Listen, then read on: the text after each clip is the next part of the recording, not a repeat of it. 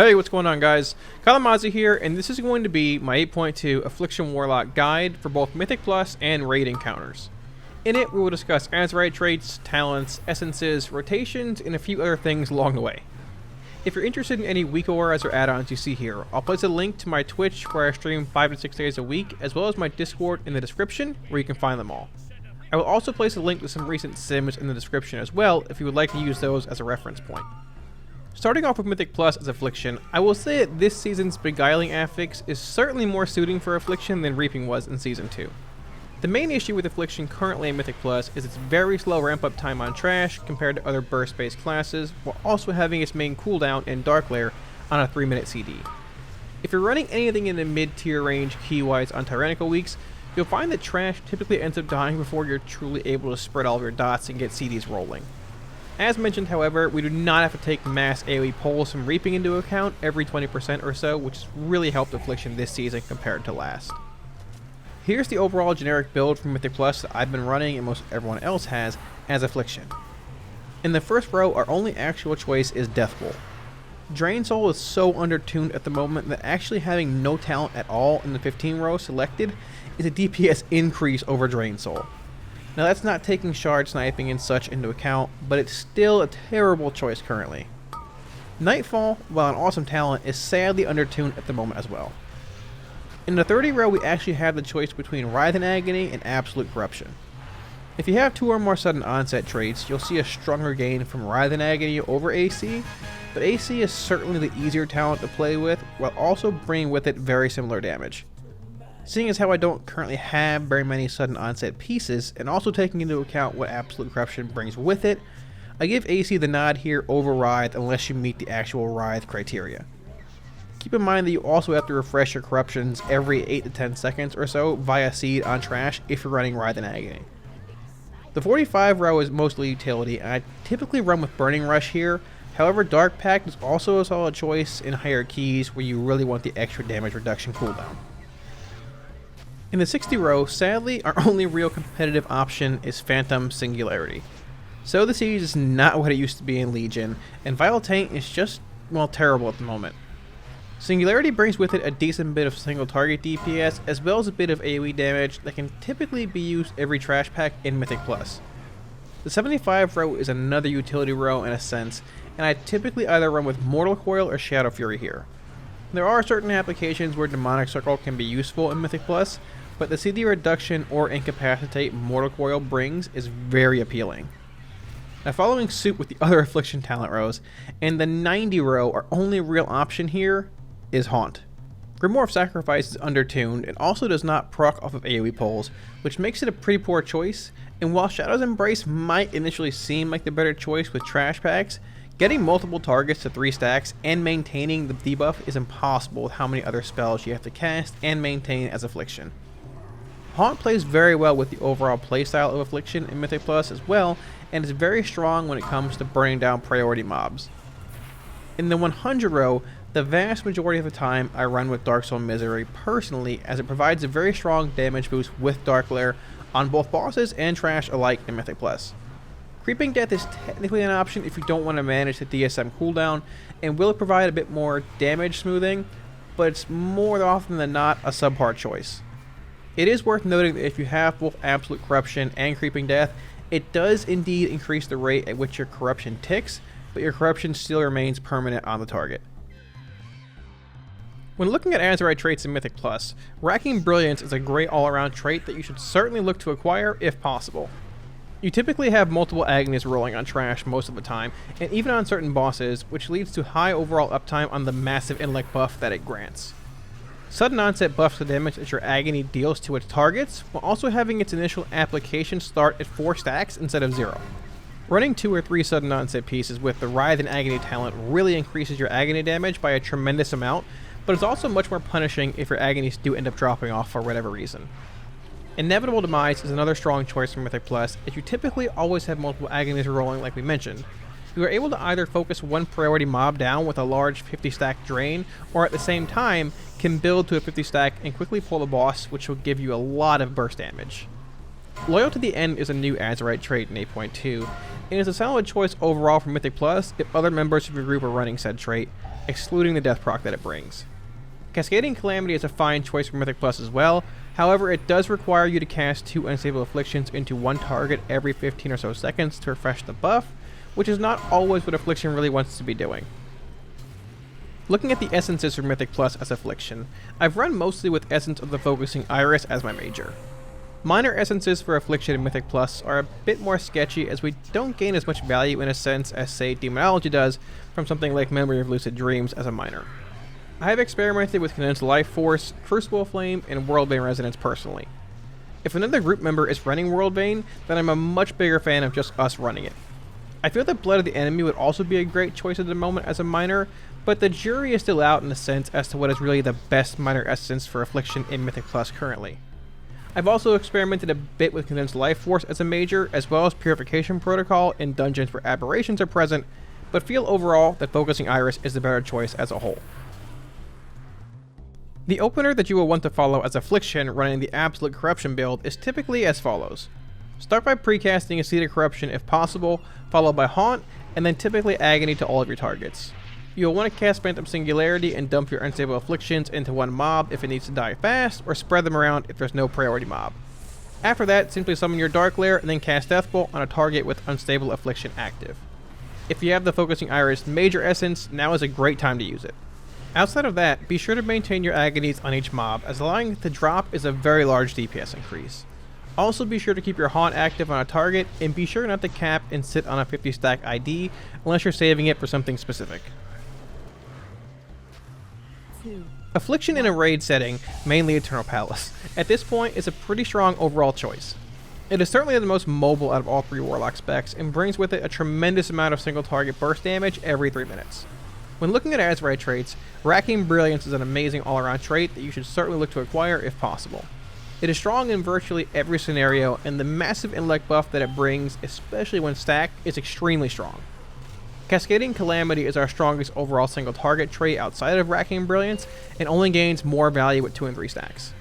The haste buff that it grants lasts 15 seconds, which is basically the duration of 2 full individually spaced UA cycles, so it's very easy to maintain as a whole. Inevitable Demise is a strong single target trait that also brings with it a lot of self-healing, which is often underestimated in a progression setting. ID also gains a tremendous amount of value in 2 or more target scenarios where you can keep Agony rolling on each target for a prolonged period of time. It does still cap at 50 stacks and no longer generates actual stacks while channeling Drain Life, but is still a really strong option in multi-target scenarios.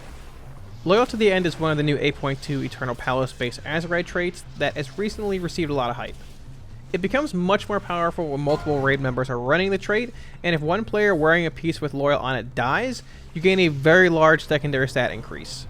One thing to note, however, is that you have to be within 20 yards of said player when they die, or you will not receive the actual death buff that Loyal grants. Undulating Tides is another trait that came with EP and 8.2's launch, and while it might sim really high on single target fights, the damage effect is lost for a whole 45 seconds if you fall below 50% health, which is a pretty big trap. I'm certainly not a fan of this trait when it comes to progression, and also loses a lot of value on fights when there are more than one target, so I'm really overall not looking at running this trait. Affliction's actual raid essences are thankfully easier to decipher and choose than their Mythic Plus counterparts. Condensed Life Force rank 3 is easily the best choice for Affliction's major essence in raids, as it's an extremely powerful CD that lines up with every Dark Lair use we get. We also have a few minor essences that we can choose from, all of which are powerful in the right setting. Crucible of Flame rank 3 allows the dot that it places to now stack to 3 instead of 1 like rank 1 and 2 provide. This is a very large DPS increase as a whole, and one of, if not, our strongest overall single target choice.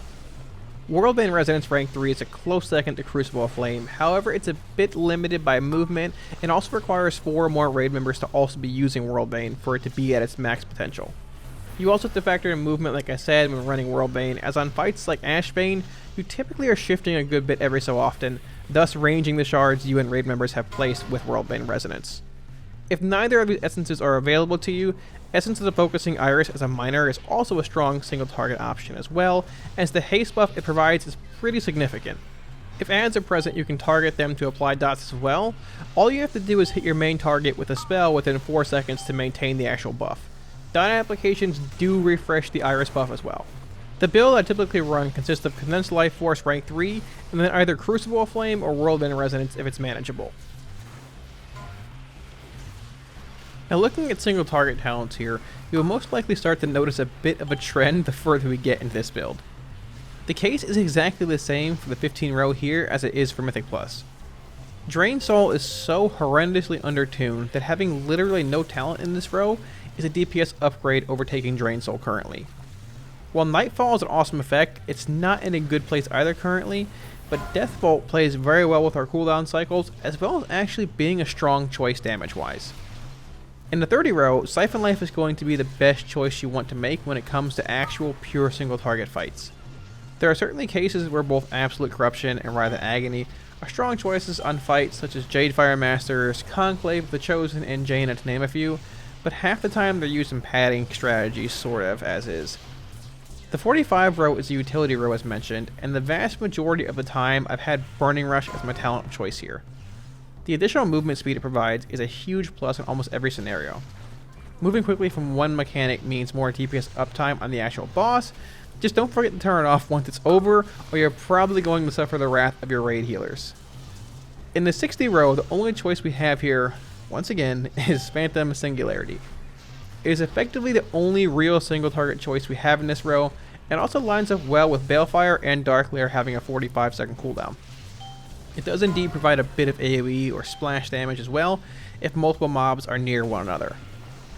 As far as the 75 row goes, the vast majority of the time I have and recommend Demonic Circle, as it provides a great deal of utility when it comes to certain mechanics, such as the knockup on Mythic Mechatork, as well as a way to traverse an area quickly if placed well. You can pretty much always find some use on every fight for your Demonic Circle, barring it being a total patchwork fight. The 90 row brings with it one real option, and that option is, once again, Haunt. You should shoot for as high of an uptime on Haunt as humanly possible, as letting it drop is a significant DPS loss. Haunt plays very well with how the spec actually functions as well, being a strong, CD-oriented single target DPS spec. Finally, in the 100 row, for raid encounters, our only real option here is Dark Soul Misery. It's an extremely powerful cooldown in conjunction with Dark Lair, and it's a huge part of our burst damage every cooldown cycle.